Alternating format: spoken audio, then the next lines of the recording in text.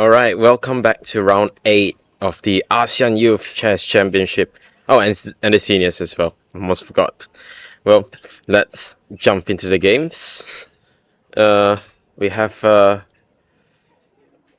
guess let's start with the ladies, we usually do. So, port 1, we have a line that's usually leading to a quick draw. This line, it's very, very famous, obviously. So, yep, this is of course the main line. White plays knight f6, bishop b5, and knight d4. And now there are many different ways for white to play. The main moves are, I believe, bishop a4 or bishop c4. Yeah, black's okay in either case, but knight takes d4 is basically telling black that, I'm okay with a draw. dc3, ef6, and this is very standard, d takes c3. And basically all the games here are going to end in draws. Yeah, because usually after queen e5, white blocks with queen e2, has a queen exchange, and then later on, there will be some sort of, break with c4 in the center, and to be total equality. Alright, so this one is probably heading towards a quick draw, which means maybe you're going to jump on to the next game, which is probably not heading towards a quick draw. Yeah, I do realize that when these Vietnamese players like to play each other, they tend to make very quick draws, but that's fair enough. Yeah, especially if they're playing their friends and both have good chance at the podium. That's of course not what we want to see, yeah, as spectators, but it's probably a good strategic decision. So f4, this is definitely not going in a peaceful direction, because these guys are, I believe, a little bit behind the leaders and they need to catch up. So sharp Sicilian is on the board. Okay, right, so what can black do here? This is very interesting because normally after queen d2, where there are a lot of I mean, the main move I believe is they play bishop b7, and after castles then there are a lot of options. Bishop e7 is the main line. There's also b5, which leads to very sharp play after bishop f6, gf6, and now there are a lot of possible moves. Knight takes and f5 is one of them, and obviously leads to quite sharp play. But in the game, queen b6 is played, and yeah, castles. And this is quite interesting because now black can go for the endgame with queen takes d4 and go for an endgame, because my understanding is that in a lot of Sicilians, hey, you want to come and join us? No, we have some, yeah, some coach here, you're a coach, right? No, it's too shy. It's too shy. Too modest.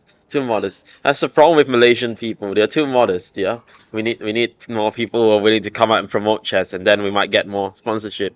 Yeah, you sure? You sure? Ah, all right. Yeah. Okay. So castles is in play, and yeah,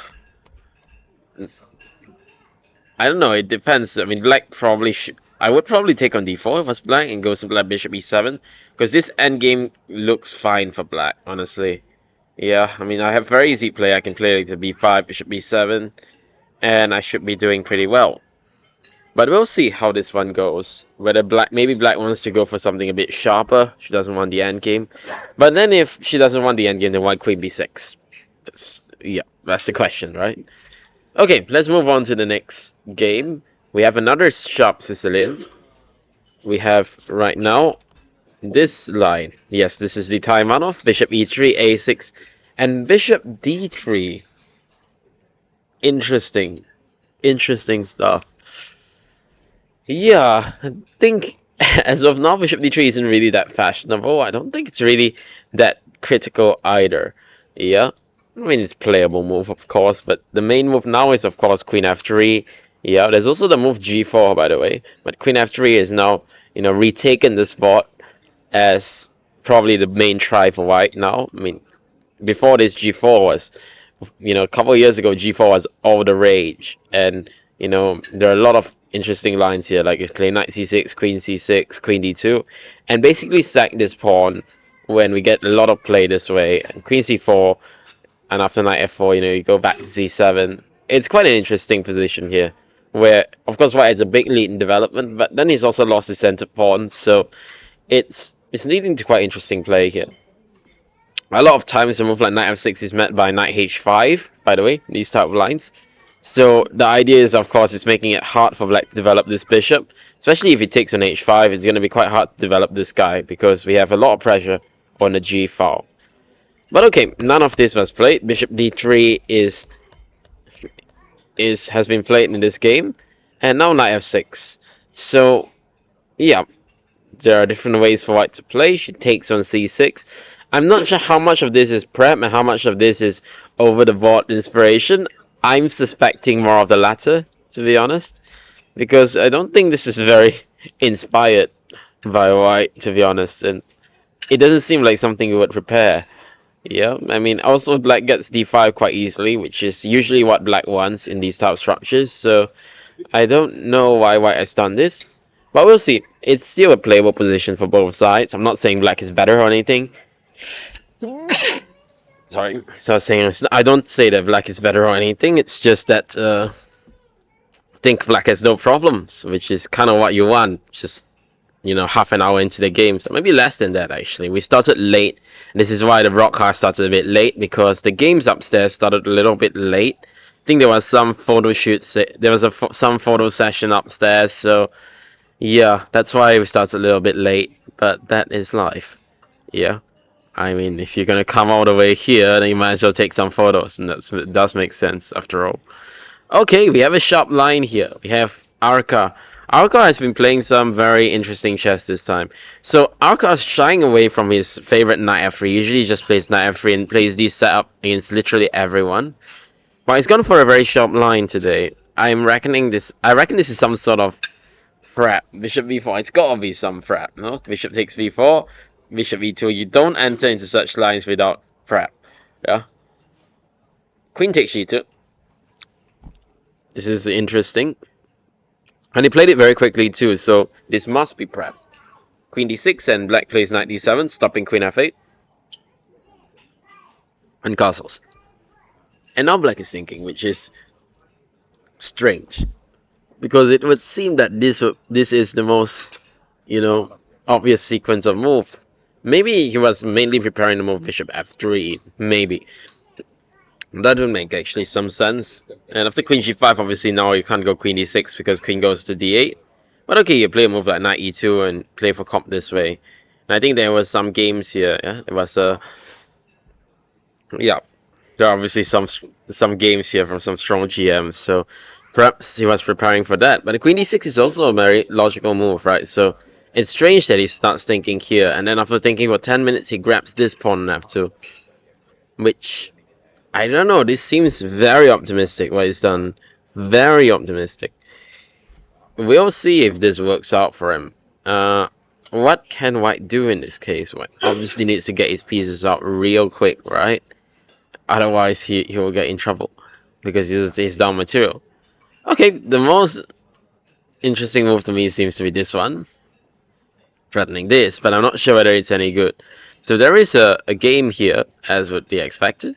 And now queen e3 check is played in this game, king b1, and apparently black plays queen e5. And maybe it's nothing too special here. No, actually it's winning for white. So yeah, this is actually maybe a dangerous try, bishop h5. No, apparently not, because queen f5 is guarding everything. It's not the hardest move to see, but it's very nice. Okay, so bishop h5 is no good. What else is there? How else can white try to do this? So I'm not sure. Apparently the best move is to play queen d2, but I don't understand why you would do this. So I guess black is still somewhat in his prep. He's trying to recall his prep. Now, I'm pretty sure Aka's gonna play something a bit more aggressive. Yeah, especially if you're if you're trying to play for a win, you've gone for this line already. You're not gonna go back queen d2. At least I don't think he's gonna do it. So we'll see what he comes up with.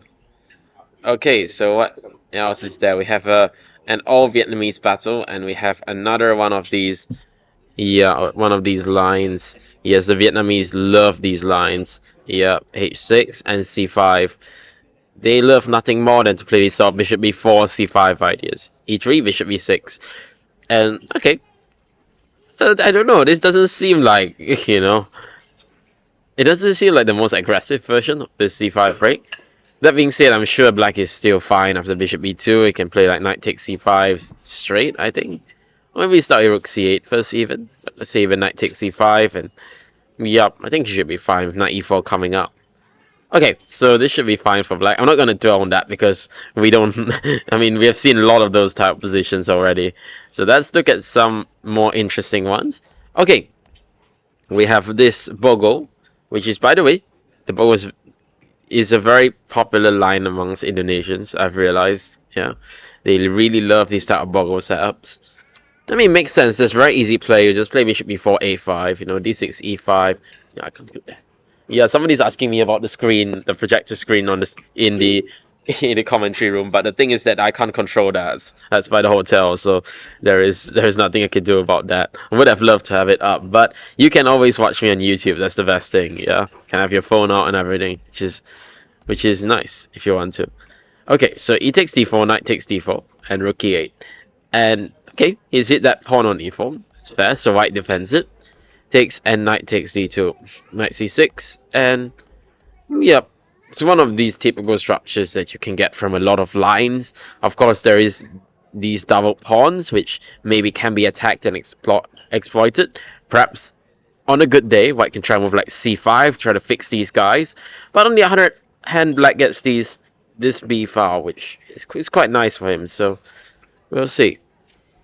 Yeah, it's quite a double-edged structure, and I think you get very typical play for this line. Little bit passive for black, no question, but there are imbalances which are going to allow him to play for a win.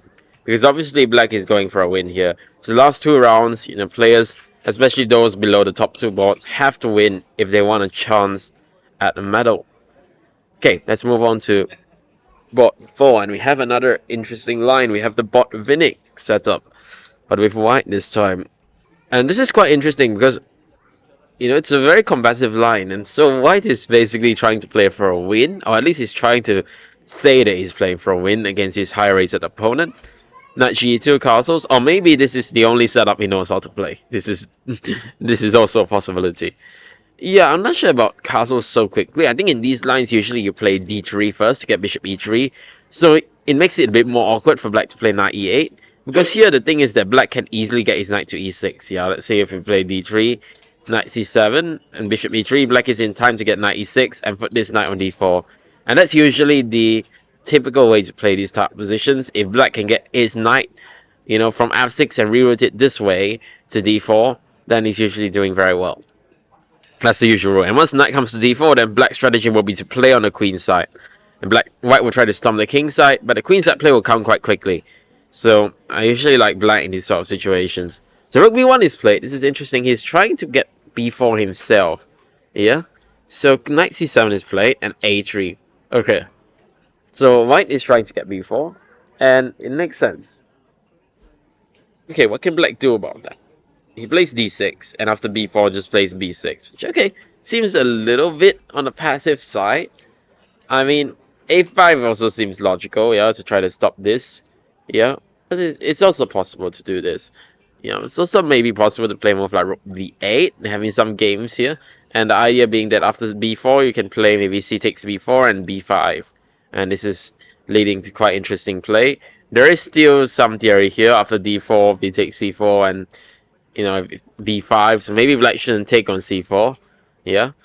Okay.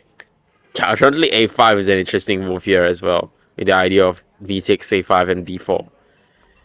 But, okay. d6 was played, that's fine. b6, and now white probably should just go on with his normal development. d3, bishop e3, and start to push his kingside pawns maybe. Yeah, maybe. So queen d2, bishop h6 is also standard. And let's see. It should lead to some interesting play. Okay. Let's jump straight to... Yeah, let's jump straight to another player. This is a Malaysian player, Hariharan. Hariharan is actually a very solid player. I mean, I know some of my students have had problems playing against him. Yep. Personally, I have a good score against him, but that's only for now. I'm sure that as he starts to improve, that will probably change. Yeah. Although hopefully, you know, not that quickly. I still want to have some more wins Yeah, before these youngsters start to take over. Okay, so this is very standard. I mean, bishop e3, e5, bishop e6. I mean, there's obviously this line after bishop e3 that black can play knight g4. This is one of the drawbacks of this line. But obviously, you don't have to worry about it when you're playing a high-rated player because they are not gonna make a quick draw. And if they do, I don't think you're too concerned with it. If someone 400 points higher rated than you wants a quick draw, then you probably take a quick draw. Yeah, knight b3, bishop b6, f3, and knight d7, queen d2, and now castles. And now we see a very typical move for these type of lines, h5. It's just an idea to stop g4, because of course g4 is it can be an attacking idea, of course, once the king castles, but it also has a positional point, which is to force the knight away so that we can occupy d5. So h5 is just stopping g4. This is a very, very standard move in these lines. And later on, maybe that pawn could even become useful, as we'll see. So knight d5 was played, bishop takes, pawn takes, and knight b6. And now I'm not sure whether I like this decision, bishop b6. Maybe it's still prep though, he plays it very quickly. Yeah, I mean, I believe that there are some lines like queen a5 where you just sack this pawn and then just chill. Yeah, and white has full compensation for the pawn, of course. But okay, bishop b6 is also, I guess, a move, and he played it very quickly, so it's definitely prep. And bishop d3, oh, it's funny, he took on b6 and he thought for a little bit, and then he played bishop d3. Okay, I guess this is still prep. Rook h1, bishop h6. Yeah, I'm not sure about this. I feel like black has got nice play already. I mean, but obviously white is still... I was gonna say white is still in prep, and then suddenly he spent like, what? Almost half an hour on the last two moves. So probably he's not in prep after all. Which is not good there, because when you're playing a high-rated player and they've got a comfortable position, and you've forgotten your prep, it's not a good situation to be in. But one thing about Hariharan is that I feel it's not hard to get a bad position. It's not hard to get a good position against him. Yeah, it's not difficult at all to get a good position. But you know, it's gonna be hard to beat him. That's his playing style. Yeah? He's just tenacious. So it'll be hard for Bakoyo to win this game. But certainly this is a good step in the right direction. Already quite a comfortable position, and you know, a relatively easy play. I think maybe a move like queen a5 would make sense, and there are different ways of black to play. I believe knight e7 is the main line. Yeah, I'm not sure whether it's possible to move the queen back as well. Maybe that's possible also. But there have been some very old games here, and a4 has been played in one of them, and the play continued something like this, and rook e4, knight c5. I don't really get why, you know, this position is so nice for white. I mean, black's a pawn up and everything. And the c6 square isn't really that flattering, is it? But, you know, maybe it's fine. Maybe it's fine. Maybe I'm being a bit dramatic. Okay, let's move on to another game. And here we have a Slav. c3, knight f6, knight f3, bishop f5. And we have a queen b3. We have queen b3. This is weird. Because normally the reason why black doesn't do this is that you take on d5 first, as I understand. Yeah, and after cd5 you play queen b3, and black has to bring his bishop back to c8. That's the way, yeah? So, yeah, because obviously a big blunder would be to do this, because, oops, that would be a problem. Yeah, and if you do this, then there is knight f6. Intermediate check, and we take back the queen. And we win a pawn. So, queen b3. Queen b6. Yeah, now the thing is you don't have knight takes d5, so yeah, I'm not super sure about this, but I guess it's also fine. You know, this reminds me a bit of the London, but where white has an extra tempo. So I don't think that's necessarily enough for, you know, I mean, the thing is that in a lot of these positions, you know, with reverse colors in the London, yeah, it's considered that, you know, black's a little bit better, while white has traded that for relatively easy play. And I think this is basically the same thing. Usually a single tempo is not enough. Like white's a little bit better, but black has relatively easy play, I was gonna say. And then I see g5. Oh, this is quite inspired, yeah? So normally they would play e6, bishop e7, and castle in the spirit of the London. So black is already deciding not to go for London style setups. He plays g5 and puts the bishop on g7. It's quite double-edged, of course, because it's really nice to have the bishop on this diagonal. That's one thing. But also, this this structure could be a little bit weak in the future. So white plays v4. That's interesting. I was just thinking white should just cut bishop v2 and castles first. Yeah, just not to weaken this diagonal and move like v4. Because of course black has got his bishop here. The last thing you want to do is start weakening some squares here. But maybe white just thinks that there's no way to play e5, which is probably fair. But I'm not so sure because black could get knight e4 in some lines. Yeah. For instance, of the castles, let's say white goes bishop e2 now. There could be a move like knight e4, right? And if knight e4, then there's d4 followed by e5. And I think black has got what he wants here. Yeah, so I'm not sure this is that great for white. Maybe it's not that dramatic. You can play rook c1. You don't have to take on e4 and allow black to play e5. But at the same time, it should. I mean, black seems to be, getting what he wants. Maybe you can even consider a move like f6, trying for e5. Or maybe b5 is strong. I don't know. Either way, I think definitely an interesting position. No, actually, now I look at it, b4 seems like a fine move. Yeah. Seems like a good move. Let's move on to the other section. So let's go from the kids to the old men and women of the senior section. Yeah, by the way, I believe that there is a Grandmaster norm at stake in this tournament. If the champion is not a Grandmaster, they're going to get a Grandmaster norm. Yeah. So, obviously these players, it's going to be hard for these players to become Grandmasters even with these norms because their ratings are quite low and it's going to be hard to climb all the way back up. Yeah, trust me. I mean, I'm 2340 and it's really hard to get rating once you reach a certain level, especially when you're their age. But it's you should never say never, yeah, because I mean, if they were to become grandmasters, they would be, of course, legends of the sport. So anyway, speak of grandmasters, we have a grandmaster on board one, Tu Huang Tong, Queen v3, Queen v6, and yeah. We have again this similar structure where bishop f4 is played, queen c8. Yep, again we see this structure. And whoa, he goes bishop e7. He doesn't even move the bishop back. He just lets white take. This is very interesting. And we get this sort of interesting structure where black has got a lot of play. A lot of, he's got these double pawns, but he's also clamping down on the e4 square. So that's his idea. Okay, bishop h3 has been played. So white's trying to exploit this pin on the queen. I think that makes a lot of sense because later on he could try to prepare a move like e4. So f3 is played. So what I'm thinking is that he's not castled yet, so he's maybe thinking of going queenside. Like, that could be quite interesting. I realized something about Tu Huang Tong. He has two modes. One mode is that he plays very interesting chess and his games look really nice, and that usually happens against low rated players.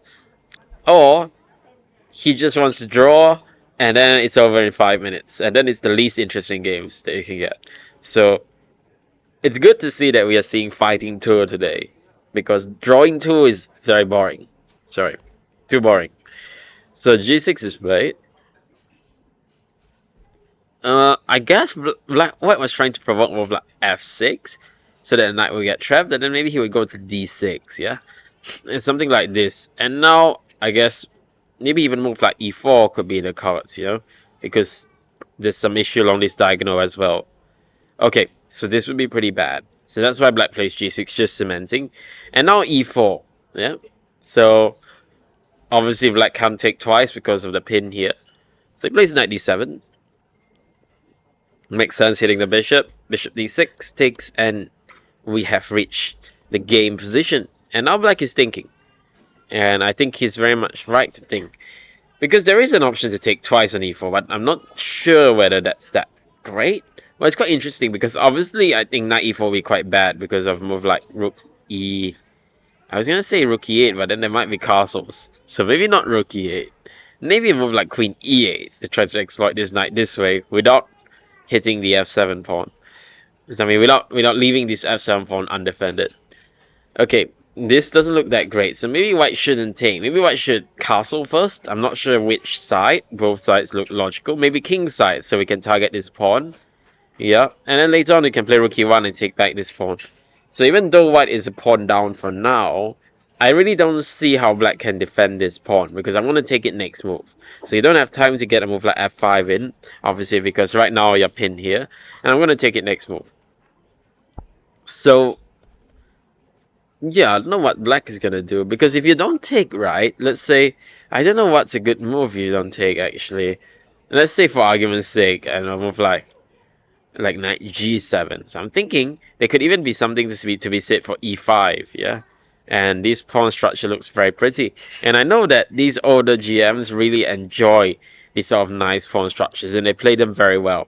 So it's not just objectively. I think objectively it might be very unpleasant as well, but I mean objectively it could be quite bad as well. But practically it's just really unpleasant to play such a position against a strong grandmaster. This is coming from obviously loads of experience playing these type of positions against these older GMs. Because of course most of the GMs that you face in Malaysia are these older guys who have lost a bit of rating, but they are still very difficult to beat. Okay, so we have another OGM battle between two of these older 2300 grandmasters. Still very strong players, of course, in their own right. Queen c2 and g6. Interesting, interesting stuff. Yeah. So, as I understand, usually dc4 is played, queen c4, and then and then you go something like bishop f5, and you can play what you want. G6 might be possible later. You can even play e6 and develop normally. There are a lot of ways for black to play here. But g6 also looks like a very interesting move because it is one benefit that you'll get bishop f5 later as a tempo to hit the queen, thanks to this pawn on g6. And in general, fianchetto like this is not bad, as long as white doesn't take on d5. Yeah, and get this type of structure. But this, I think, is not a big issue because the queen on c2 is also misplaced. Yeah, so obviously you wouldn't want to, play a move like g6 now because this type of position would be quite bad for black, yeah? And no, I wouldn't say it's quite bad, but I don't think that the bishop on g7 is well placed at all. And white gets very easy play.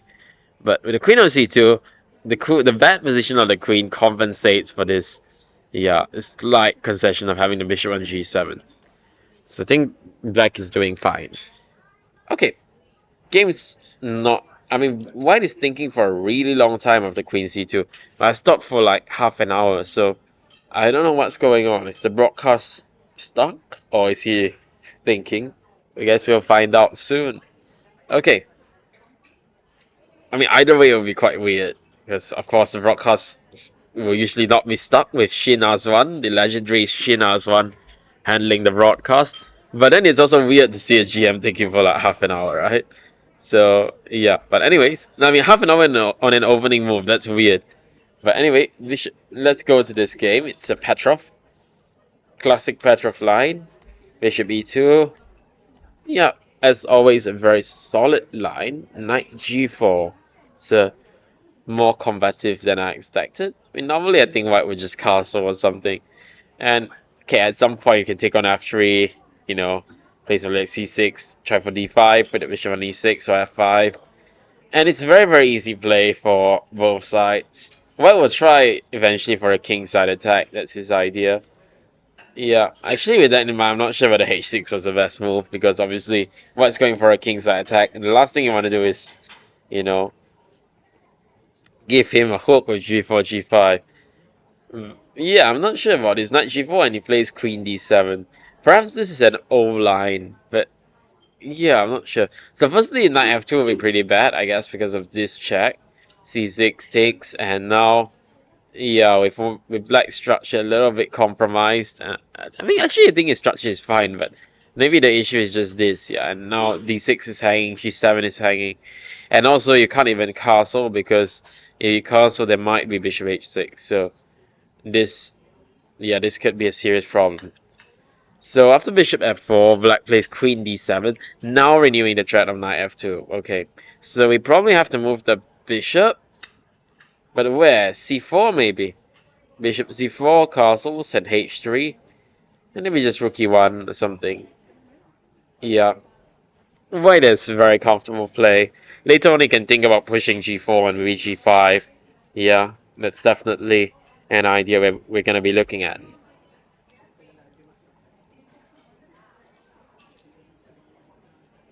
All right, going a bit further down, we have the the Mongolian FM. I will not attempt to pronounce his name because last year I got a lot of flack for mispronouncing Mongolian names, so I'm not going to do it again. Yeah, I was doing it during the prize giving ceremony, and they couldn't understand who was the one that was receiving the prize. It was that bad. So I'm not even gonna try this time. So Bishop B7, E3, Knight E4. Very standard idea. I'm not sure about this opening choice from White. B6. Yeah, B6 is quite it's quite weird. Yeah. Maybe it's a move, but it feels quite weird. I mean, the principal try would be to push e4, right? Surely. And I'm not sure about this. Maybe black will go bishop b7, but then it's bishop d3. And it's one of these positions where after c5 you play d5. And yeah, black can try moves like b5. But I think, objectively white should be better here. At least a little bit better. So knight f3 is played. I feel like what white has done is exactly what the black player is hoping that you do, because he's playing quite passively and maybe just trying to hold on to a draw. And when you're a weaker player playing someone who's a bit stronger with white, this is, I think, what you don't want to do, because now you see black gets what he wants. He takes on c3 and gets f5. So it's got a nice imbalance in the sense that this knight on e4 is pretty strong, and he's got these double pawns that he can try to target later on in the game. So castle, castle, and a4. a5 is sensible to try to stop a5 ideas. Rook b1, d6, knight d2, takes, and knight d7, stopping c5 ideas. So black's position is just, black's just trying to keep pieces on the board and play. Because he knows that he's a stronger player, he's more experienced, he's a grandmaster obviously, and his opponent's only an FM. So he's just trying to keep stuff on the board and trying to outplay his opponent in the long game. So e4 has been played. I'm not sure about this because of course now black gets his option of f4 and e5, and once black blocks up the position like this, the bishops don't look very nice now. c5, dc5, and white sacked the pawn this way. But I don't know. Now black even has a pawn to show for his position, and I still don't like the white bishops. So I think the grandmaster is showing his class here. Or maybe his opponent is more self-destructing, you could say that. Certainly black's position is clearly better here. Okay, we have Ismail Ahmad against the Filipino legend Angelo Yang. So we have right now this bishop g5, knight d2 line. It's interesting, e4, d6, and bishop c4. Okay. One thing I've realized about players like Ismail, they don't really care about the bishop pair. Yeah. I mean, I guess Ismail is also a completely different school of chess. He is, of course, the Malay school of chess, rather than the more classical schools of chess that we see amongst Malaysian youngsters nowadays. He is very much the Malay school of chess, which is the hustling school of chess. And when you hustle, you love your knights. So it's no surprise he likes to give up his knights and he sacks a pawn this way. This is very much in Ismail's style. He's given up a pawn and he just wants to attack. And by the way, he loves nothing better than a good sacrifice. In that way, me and him are very different people. He loves good sacrifices. He loves just pretty sacrifices in general. And if he gets a pretty sacrifice against you, you can be sure he's gonna post it on Facebook. So, probably don't get mated. It's a good tip when you're playing him, because it will be immortalized forever and not in a good way for you. So h5 has been played. It's just pushing his pawn. You see, it's just an attempt to, to get the brilliancy. It's trying to attack. Okay. So there are options for black. This seems like the most logical one to take it, of course, and ask the question, of course, what is white's idea? I'm not sure what the idea is. Is it knight h4? But knight h4 is not that scary, is it? Is it that scary? There is queen g6 coming, maybe. How scary is that? That's the question, no? That is the question.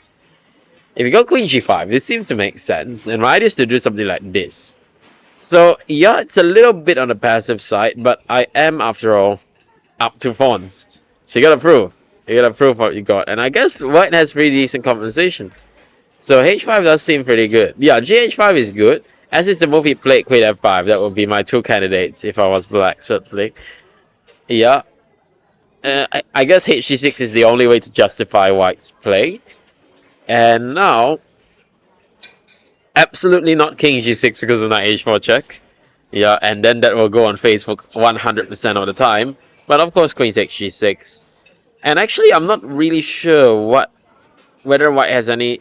No, I don't think white has any sort of comp for this, any sort of big immediate compensation for this pawn. He's just trying to say that okay, black's king is a little bit exposed. I will probably castle queenside, so I'll tuck my king in safety, and then we'll play this position. Hustle mode, right? As I was saying, this is the Malaysian school of chess, the old Malaysian school of chess. I think a lot of the modern players now in Malaysia are very classical as well. Yeah, with good understanding. But this is the old Malaysian school of chess. Yeah, it's good to see that these things still have a place, and that you can still get good positions with these sort of play. Yep. Maybe not that consistently, but if every now and then he gets a good position, and he definitely plays some interesting chess. But okay, back to Efren, who had a really unfortunate game yesterday where he lost on time in a complicated position, b5, and here we have a very normal line. By the way, Efren loves this sort of Catalan, Piaceto sort of line, so yeah, bishop e7 and a4 makes a lot of sense, and now knight a3. Going for knight c4, fancy way to improve the knight, but definitely a valid one. He's delaying playing d4 or d3 because I guess he's waiting. But I think almost certainly the pawn will go to d3. Okay, and now it definitely will go to d3. So I place a5 first, just to, it's a very useful improving move on the queen side. You don't want black to show up the queen side with a5, so push the pawn there yourself. That's the way to solve it. a6 and now d3. And actually, you know what? I like what Efren has done. Knight d5, bishop goes back to d2, and now rook c1. Yep, no issues at all for white. But black is also doing fine. It's very solid. Queen d1. Yeah, I'm not sure about this, but I guess this is definitely a very, very quaint old plan. Yeah, he's trying to play queen f1 and get the queen on g2. Knight f2 is played. The idea of queen f1 is, of course, that if you take, then the queen will come to g2 and you'll be on a nice diagonal. So it's quite an interesting idea, actually, what is done. So bishop d5, knight e4, and bishop f4. So on one hand, I don't think black has anything to complain about, as we already mentioned. On the other hand, I feel like Efren is feeling quite comfortable about his position, so we'll see. Okay, first things first, can black play e5? That's the big question, right? Can he get e5 it? I'm not sure actually. Oh, e5 has not been played yet, no? But yeah, I'm not so sure because there is bishop g5 here. So he can hit his queen. That's obvious, of course. Don't need me to mention that. And later on, I'm a bit worried there could be e3. So let's see where to go to. By the way, another idea is that if f6, I have this. And I take the bishop with check. So that wouldn't be good. So I was thinking if you move a queen, right, maybe you run into e3. Yeah, and then that bishop could be in some trouble. I don't know. So, yeah, I don't know. I'm not sure about e5. But then maybe you have to go with like rook fd8 or something. So as to not run into any bishop d6 ideas later on in the game. Yeah, I think black should be fine here. For instance, if you go into d6, he can take and then, just move his rook somewhere. I think it should be a fine position for black, certainly. And actually, if white's not careful, maybe b2 could be an issue. So, yeah, definitely a position with very interesting play. Okay, let's move on. We have Jackson Lee against Indonesian legend Ronnie Gunawan. I was going to say Ronnie Gunawan always plays b4, and now he surprised me. Yeah, he surprised me. He's played d4 and e4. So another interesting Gunawan line, but not b4. That's interesting because my impression of Ronnie is that he's a guy who plays b4 every single game without exception. But I guess there are exceptions. Knight f6, bishop g5, knight c6, and f3. Okay, the typical gambit line. This is of course is it the Steinitz gambit? Goodness. Yeah, imagine if I get the name wrong for this, that would be pretty bad. Knight e2, bishop f5, castles, and now knight g3. Yeah, and this is actually the way I think you play these sort of lines. You don't actually go and take that pawn back that quickly, because that pawn is going to be very hard to defend. So you just develop normally, and at some point, that pawn will probably end up falling somehow. The bishop h7, threatening g5. So white takes on f6, e takes f6, and queen e2. Okay, so yeah, I think this is one of these moments here. Black just allows white to take on e4, and he's going to castle probably. Yeah. Yeah, knight g4 and the castles probably will be played. Yeah, well, I'm not sure because, of course, f5 is a move that comes to mind to try to protect these things, but it, of course, looks extremely risky. So I'm not sure whether there's a refutation here, actually. So queen h5 runs into g6 for now, but it might be just this, right? And after queen h5 check, I mean, this is one important point, and we take that rook. So yeah, that's probably quite bad for you. So f5 would be pretty bad because of knight c takes e4, yeah? Okay, and the computer agrees that this is, of course, very bad. So bishop d6, but I have to feel that white is, getting what he wants in these sort of positions. He can even consider taking that pawn on a6. In fact, he probably should take that pawn on a6 with a very good game. Okay, so, I mean, the computer's not super flattered with white's position, but, I mean, to make a person like me who likes bishops, root for black here, I mean, it's pretty, I mean, root for white here, it's a pretty good achievement, no? Okay, but also I think the knights are very good, you can at any point take on d6, and white will be doing pretty well in any case. Okay, what have we got here? We have got Benoni. Yeah, I did say that Jimmy Liu is known for loving to attack. Yeah, he loves nothing better than to attack. Although I will say he's got much more understanding than Ismail. Obviously, he's Malaysia's first international master, and you don't become an international master without a certain level of understanding, which Jimmy Liu has more than enough of. Yeah, because of course he's very, very experienced. And he got his international master not from a tournament, he got it by norms, which is extra impressive in Asia, because in Asia most players get their titles from tournaments, because the fact is that it's just way easier to get it from these youth events. But to get it by norms is very impressive. So he was the first one to do it. He did it by norms, and he's just a legend of Malaysian chess. But anyways, Black took on f4 here. I don't know about his play in this game though, by the way. He may be a legend, but there are some days where he takes it just that little bit too far. And I'm not sure about this. It's really provocative. I think he wants to win quite badly. Yeah, it's been doing not the best in this tournament. And it feels quite provocative. I mean, it's not too bad though, but wow, g5. No, this is crazy. This is absolutely crazy. He's not developing anything, and he's just attacking like this. No, the Russian school of chess part of me is just thinking that this is absolute garbage. But you never know. You never know. In there is of course a difference between a practical and objective evaluation, and well, I definitely like white here. I mean, I can see why he's doing this. He wants to win, and his opponent's a bit lower rated and having a really bad tournament. The problem is I feel that white stay is very easy. You play rook at v1, and you have knight b5 as a massive threat, right? So I don't even know what black's idea is. It's just white's play just flows. And I think that's the problem, right? Because when you're playing a lower rated player, of course you want to play for a win, right? But you also don't want to go overboard because, and especially in a position like this where white has got very, very easy play. This is, I think, exactly what you want to avoid, because when you give your opponent very easy play, then there's gonna be trouble. Okay, let's go on to a Malaysian blogger, Kwa Seng Soon.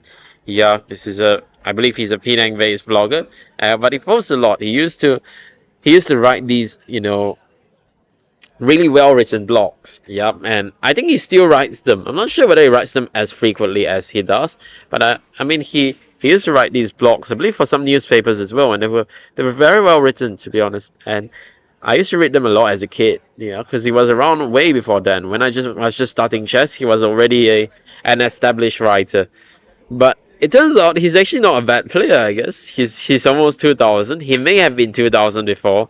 I wouldn't know because by the time I started playing chess, he was already long retired from the game. Although we can see he's making a comeback in this tournament. So g3, bishop h6, and knight f1, very standard play. Rook takes c1, knight's coming to e3 later on in the game. With queen c2, not so sure, but I guess he doesn't want something like this, is my guess, yeah, because of course he wants to keep his nice knight. So that's why he wants to take control over the f5 square and then get knight e3. Very sensible. And later on we will see probably him pushing. He would love to get this pawn through, f4, f5 somehow. It's not gonna be easy because we have to move this knight somewhere first. The question is where? Maybe to d2. You always have to think about black so hitting our center with c5 once you move that knight. So it's not gonna be easy, but he's gonna try. He's already put his knight on e3. He's already put his pieces to the king side. He's not gonna give up on his attack. So we'll see. This should be interesting. We have Chu Tong Neo. Yeah, this guy is yeah, he's a player who doesn't really have that many games, as he mentioned. I believe he told us that he's still K40, which is incredible. It's just incredible. I can't believe it. Yeah, for a player of his age, yeah. But it's incredible that he's actually playing very decent chess, and he has some strength definitely, which is incredible. Yeah, it's great to see that. Even as you get older and advance in life, you can still improve and make like good steps to improvement in chess. Yeah, so okay, I really don't mind what he's done. He's got these double pawns, but he's got a big center. And after fe5, bishop c5. What? Oh no, no, he blundered. No, okay, I take that all back. There was queen f5 check. No, no, I should not do that. Yeah, no, but he already blundered by the time I started praising him, so it's not a jinx. It is not a jinx. Yeah, I think he had to play like knight f6 and maybe go for kingside castles instead of queenside. Or maybe start with e4 first. But these lines are actually quite tricky, so it's no surprise that he messed it up a little bit. That being said, I still have some hope for him. There is still always some hope in chess. And okay, I mean, we'll see what white does. Yeah, white still needs to finish his development. The most logical way seems to be castles kingside. And I don't really see what black has for the pawn. Oh dear. Yeah, I don't like this. I don't like this. That was not a very nice thing to blunder. Queen f5 check there. And it's a pity. It's just a pity. But that's life. Sometimes you can't always have things go your way. Okay, well, this game we have another... What? Whoa. So this has all been seen before. And now d5. Interesting. d5 is less common, as I understand. But this cannot be the move, surely. This cannot be the move. No, because you just played g3. Your bishop can't be going to this diagonal. It just can't be right. I just feel like sacking the pawn, to be honest. Bishop g2. I mean, the obvious question is what happens after d takes c4, yeah? But probably a move like knight e5. And there's actually a Kasparov game here where Kasparov won. I think quite convincingly. Bishop e4 check. And what did he play? He played king f1. Very interesting. So he gives up his castling rights, and Kasparov just plays in the center like nothing has happened, and eventually he just brings his king to h2, and oh, it's fine. He just puts his king on g1 like this. Wow, that's kind of crazy. And suddenly the rook just activates really nicely. Wow, everything just works out. Yep, it's Kasparov, right? Yeah. When Kasparov is moving the pieces, they move a little bit differently, as one of his opponents once said. Yeah, they just seem a little bit more powerful, his pieces. So this is one of those crushing victories by Kasparov. But the white player is 1500. He's not Kasparov, so we won't blame him too much. It just feels wrong to put the bishop on e2. I will say that.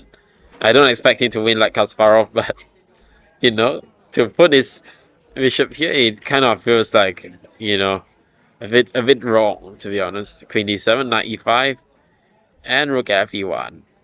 I mean, white's got a decent position, but black's also doing well, so Yeah.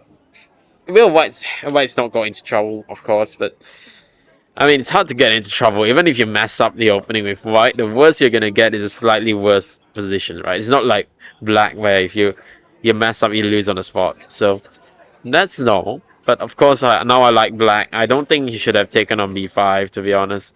Maybe what was played earlier, Rook F1, which was on the screen, that was a better try. Because this, I'm not sure, yeah. Because this pawn structure on the queen side looks really, really nice for Black. Yeah, later on you can think about pushing B4 and play on the A file. That should be pretty nice for him. Okay, so with that in mind, I think we covered most of the games of the seniors and the main tournaments. So maybe we'll go on to we'll go on to the lower categories. Let's look at the under 16s. What's going on here? So we have wow, what line is this? G3. Okay, we have this very solid line. And B3. Yes, this is a very, very old line. Not too old, actually. This line became popular from the Avro book. Yeah, Grandmaster Repertoire back in 2014, I believe. So it's about 10 years old, this line. And this was the line he was giving. And I think this is the reason why this line has failed to gain much traction. Is because of this option of takes and C5. And yeah, it's a playable line, but at the same time, White's queen side is a little bit broken, so a lot of players don't feel that they want to play black here, which makes a lot of sense. Of course, I don't think I would be that enthusiastic as black in such a position. Especially since you see the black pieces are coming out quite nicely. Rook D8, Bishop E2, and well, the last thing to do would be to activate the bishop, right? So maybe this to try to go to A4. Looks like an interesting track. It's also possible to play a move like Bishop G4, by the way, and try to provoke F3 before going back to D7 and going for this Bishop A4 idea. So either way, looks pretty decent for Black. Okay, let's go to Shen Rui-Heng because he's the only Malaysian that's in the lead right now in any of these events, and we have interesting F3. Yeah, he's been playing this quite a bit recently. G6, and what's quite interesting is that we end up in a Maroxy, Bishop E2. Yeah, Knight D4. Knight D4 is a possibility, but I'm not sure. I feel like that was yeah, it's okay, I guess. Knight takes D4. There was no option to take it without allowing Bishop D4. Because I think White played is quite well in terms of move orders. Rook C1, Rook F8, B3. By the way, he has an opening coach for this tournament, which is why, of course, his openings look pretty good this time. Yeah. So A6 and now castles. That's a fair move. Rook C6. Okay. Rook F D1 and Rook C8. So Black is trying for B5, which sort of indicates to me that it's time to play a move like A4. It's of course, a move that we want to be careful about doing, right? Because it does weaken B3, but at the same time, I'm not sure whether Black can really exploit this. For instance, Queen B4. Well, I guess you can't play Knight D5 here because probably just takes, yeah, and Knight E7, King F8 leads nowhere. So you gotta take, and this is no. Actually, maybe you can do this, and White is still very comfortable here. Yeah, like even a move like A5 looks pretty decent for White. So you don't even have to do that actually. You can even start with a move like Rook E1 or something. Yeah, maybe something like this. See, it looks. Oh wait, maybe not allowing Knight D7, Bishop C3. But okay, we could. I mean, we have many ways to get a very decent position. Yeah, B5 is an idea, so maybe we step to D1 instead.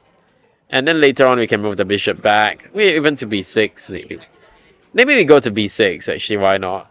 Oh, that arounds bishop H6. Okay, so maybe not. So rook CD1. And we have ideas like bishop B6.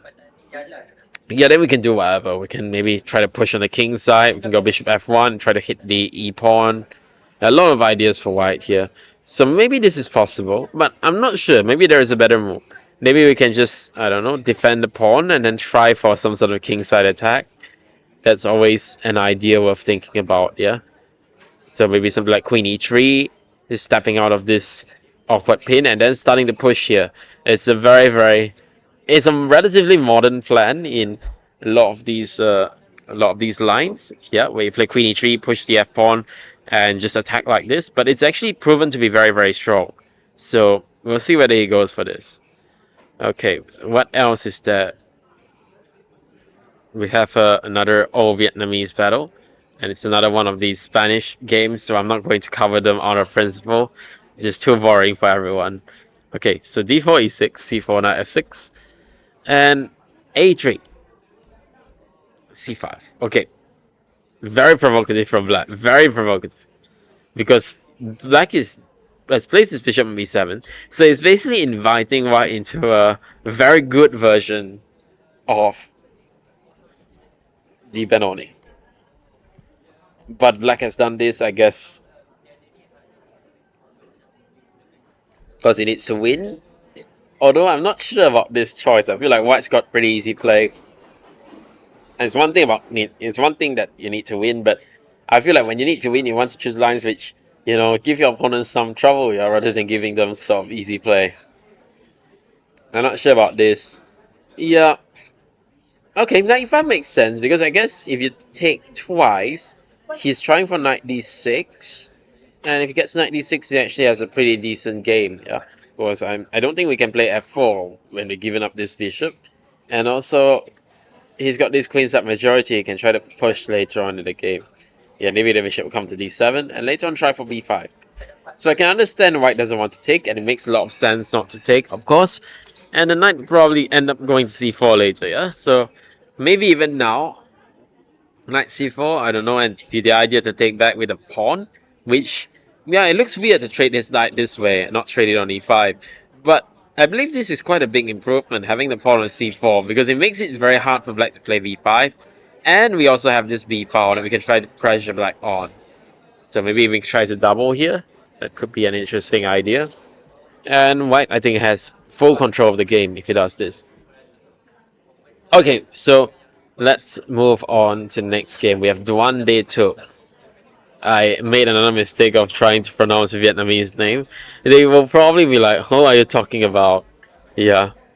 I mean, it's not as bad as the Mongolian names, but, it can't be as bad as the Mongolian names. That was a total fiasco.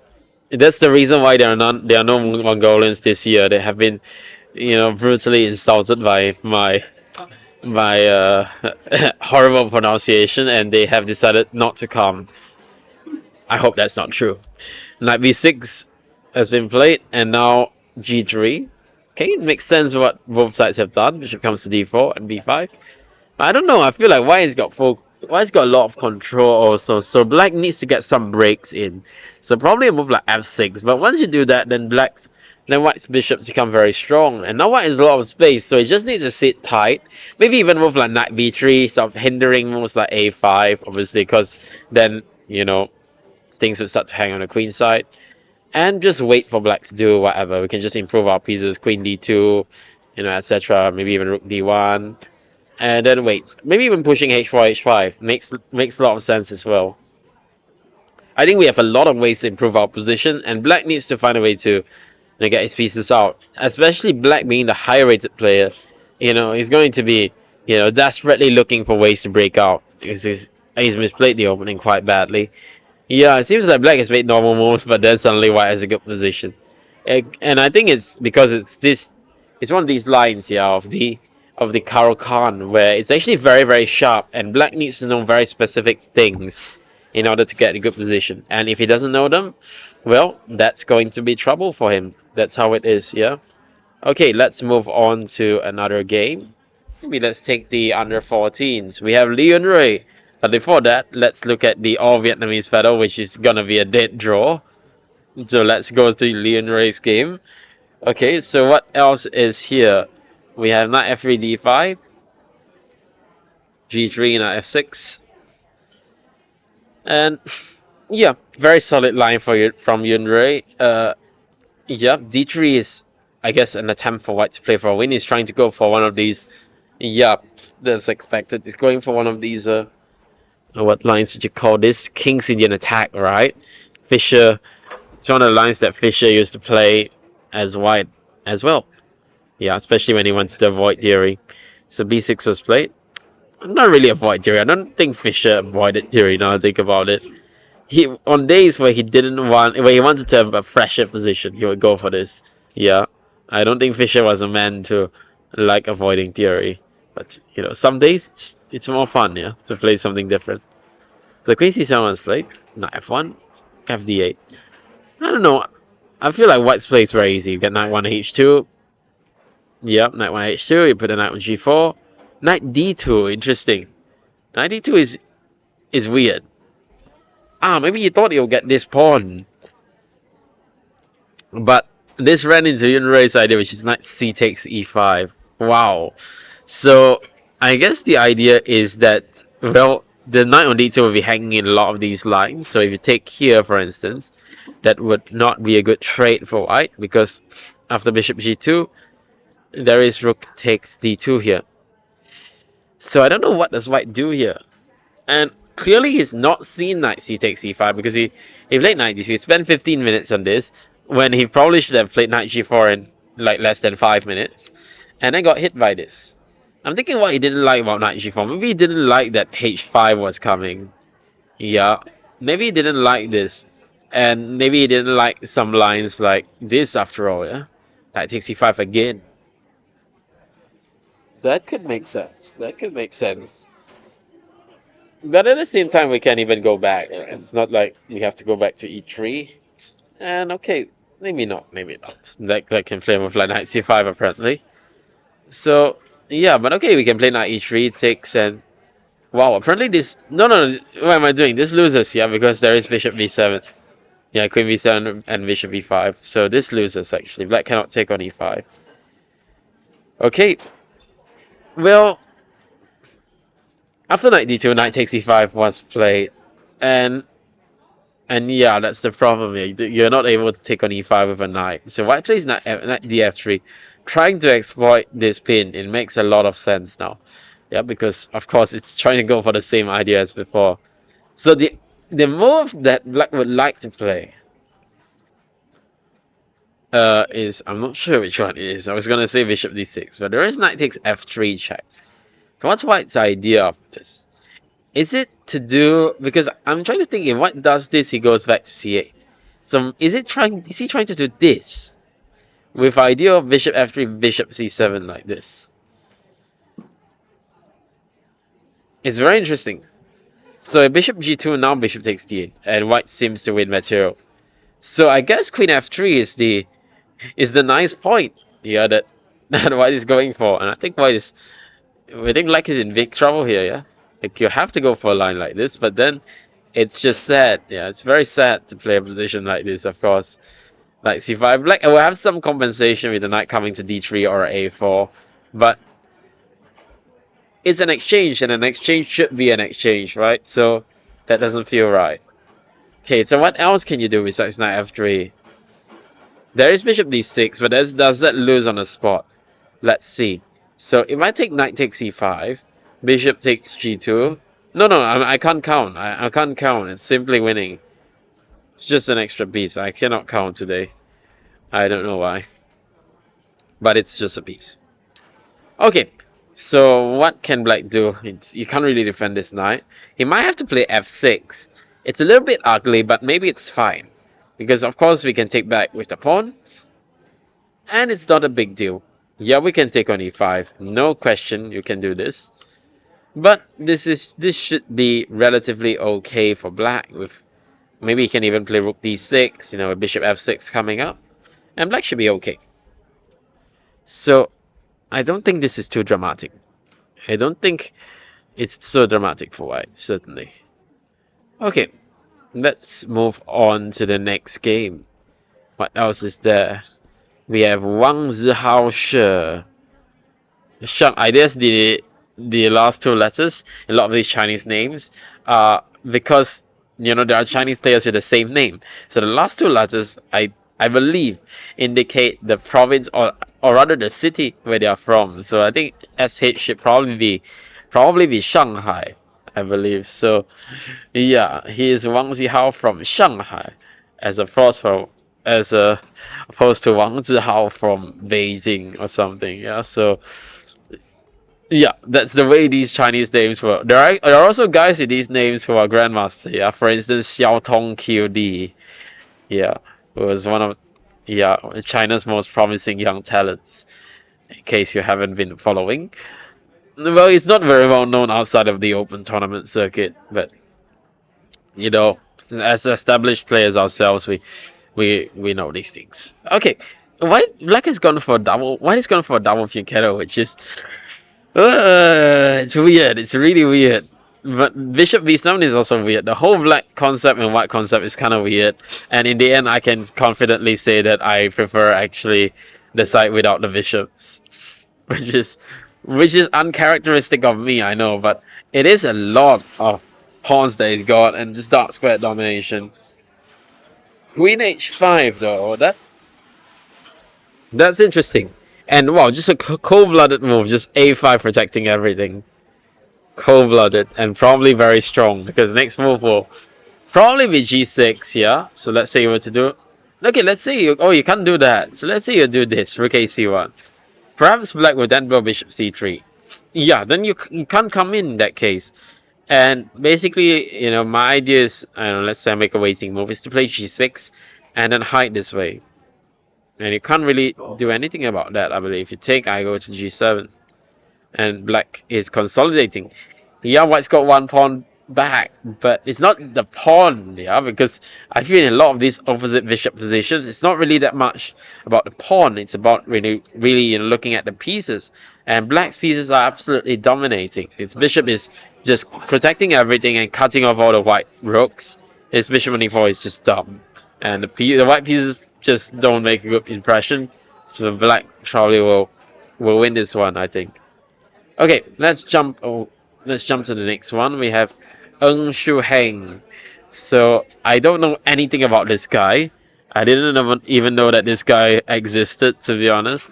Yeah, I mean, you would think as a Malaysian I would know most of the Malaysian players, and I do, but this guy is new. I guess he's probably a Penang player because I don't really know much of these Penang players because they don't come down to KL to play. So if they don't come and play in our tournaments, then how would I know them? It's the other thing, right? But they seem to be pretty well booked up. Like you see, it's like knight off prep all the way, yeah? Knight h4, and you see this is still prep. Takes knight d5. It seems like he's done his homework, but will it be enough? Knight e4, rook c8, and knight comes back to f3.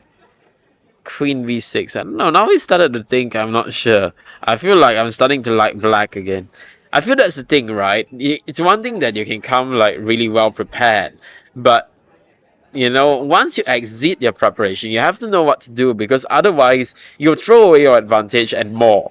Because then, once your opponents, once it starts to be human versus human chess, then, it'll be up to who understands the position better. And you can get an advantage of everything, but if you don't understand the position that well, you can easily go bad. And I think this is one of the things, right? Because now it's become a game between a 1700 and a 2000.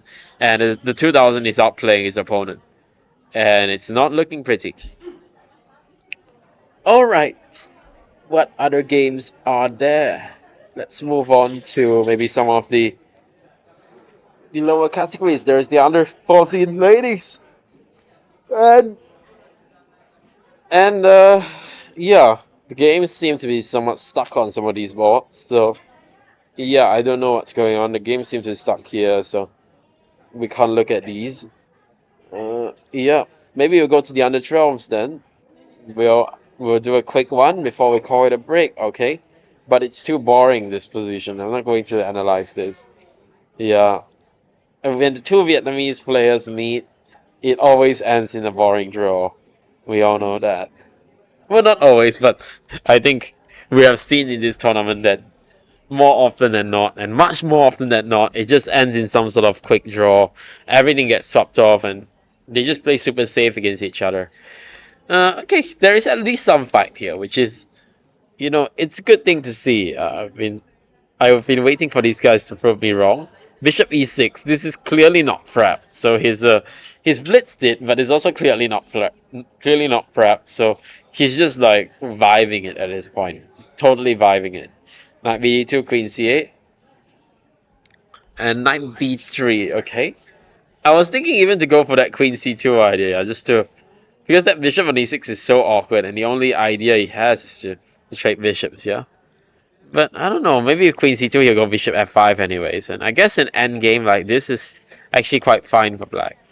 So queen c8 was played, and white just continues with his plan as if nothing has happened, and plays knight d2, knight b3, and bishop f4, and okay, it's a fair position for black, so he hasn't got punished for this bishop e6 thing, and yeah, white is rerouting his pieces to the king side, but I'm not sure about this whole bishop f6. It's weird. But at least it's a fight. I'm not complaining because it's a fight. This is actually a fight. And black misses c4, which is not a thing you want to miss, yeah. And white actually avoids c5, which is something that surprises me quite a lot. Like, why not to get this passed pawn like this? Looks very nice, no? And then you can continue your king side attack, just with a nice passer on the queen side as insurance, right? So white takes on d5, which I didn't like. And yeah, after some trades, it's somewhat of an equal rook endgame, but I think white has... Yeah, okay, it should be just an equal rook endgame. It shouldn't be too much. Oh no, maybe there is still a little bit of a pull. You can play that rook e6 here, maybe. Okay, there is still some pressure, I agree.